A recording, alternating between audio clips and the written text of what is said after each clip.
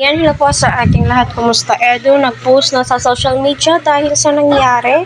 Respeto daw po. No, respeto nga po yung hinihingi ni Ex. Unang-una sa lahat, yung respeto po natin is andyan po, hindi po talaga yan nawawala, diba?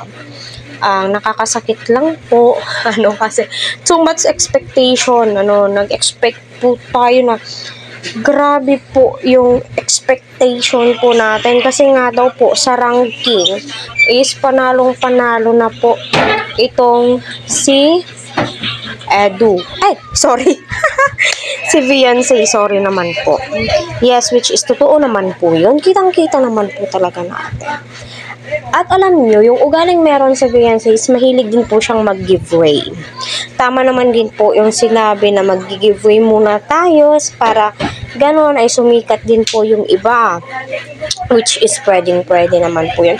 Hindi po natin yan ipagkakait sa ibang K-Angels. Diba?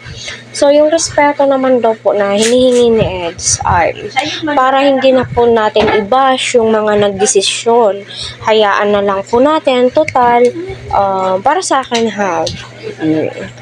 too much exposure na din po daw itong si Beyonce. Madami na po siyang fans. At alam naman po natin na mabait din po itong si Beyonce.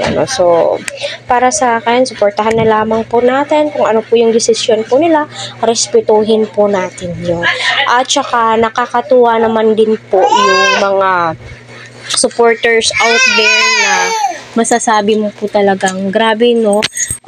Sige lang, sabing ganon is may second batch naman. Sana ay makapasok si Beyonce, diba? Sabing ganon. Which is, masasabi mo po talaga, yes. Yes po tayo dyan. Diba? Di pa naman din ho nagtatapos doon.